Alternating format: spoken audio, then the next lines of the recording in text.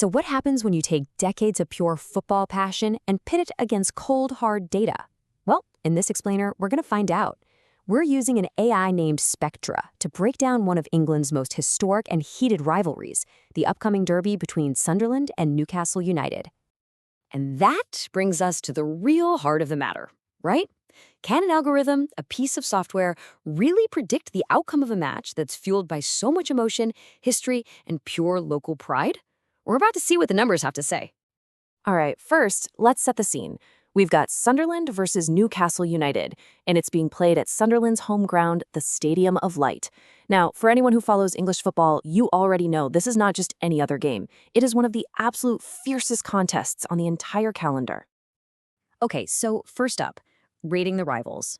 Before we can understand what the AI is thinking, we've got to establish a baseline, Let's look at the power dynamic between these two clubs on paper. So what you're seeing here are the ELO ratings for each team. It's basically a system that measures their relative strength. And right away, you can see Newcastle has a slight statistical edge, 1565.8 compared to Sunderland's 1547.7. So based on just these raw numbers, you'd give Newcastle a narrow advantage. But, a team's strength rating is only one piece of the puzzle. The AI has to look at who's actually going to be on the pitch, and both squads are missing some key players. I mean, look at that list for Newcastle. Big names like Trippier and Pope are out. These absences are a huge factor that Spectra has to weigh in its calculations. Okay, so how does Spectra actually take all of this stuff, the ratings, the injuries, and come to a decision? It's not just plugging numbers into a calculator. It's time we peeked inside the quote-unquote black box.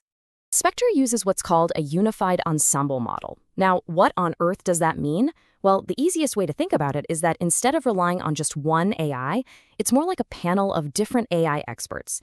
Each one looks at the data, comes up with its own prediction, and then they all vote to create a single, much more accurate final forecast. And here are the 5 experts on that panel.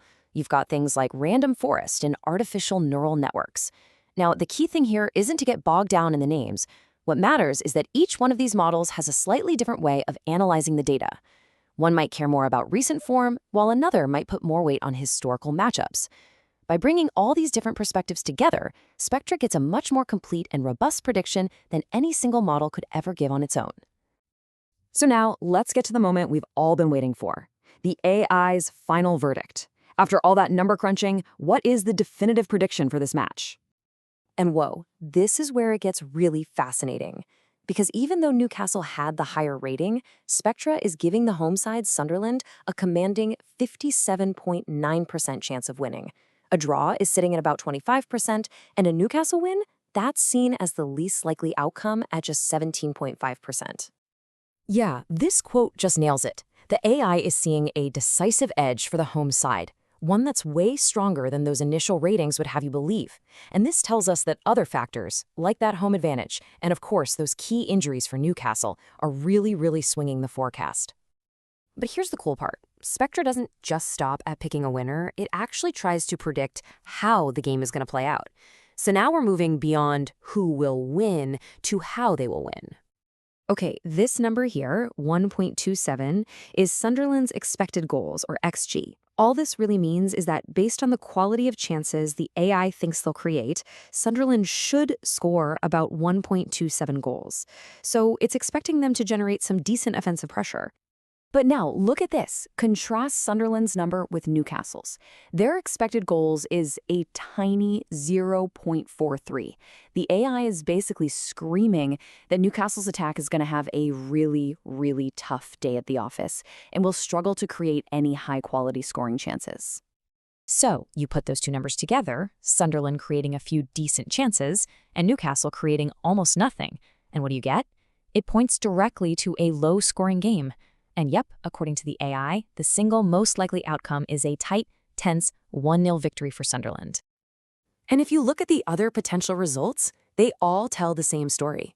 A 0-0 draw is the second most likely outcome, followed by a 2-0 Sunderland win. It's all painting a picture of a really cagey defensive battle where goals are going to be an absolute premium, especially for the visitors. All right, let's wrap this up. Section 4, Data versus Destiny. After digging through all the numbers, the models, and the predictions, What is the final takeaway from this AI analysis? The story the AI is telling is actually pretty clear. It's predicting a controlled, low-scoring home victory for Sunderland. The data suggests they're going to use that home crowd, completely stifle Newcastle's weekend attack, and just do enough on their end to grind out a narrow but absolutely massive win. And that leaves us with one final, pretty fascinating question, doesn't it? The data gives us this clear, logical prediction, but we all know football is rarely just about logic. So, as analytics get smarter and these AI models get more powerful, where does that leave the human element? The passion, the luck, the sheer beautiful unpredictability that makes sports so magical in the first place? Well, I guess that's why they still have to play the game.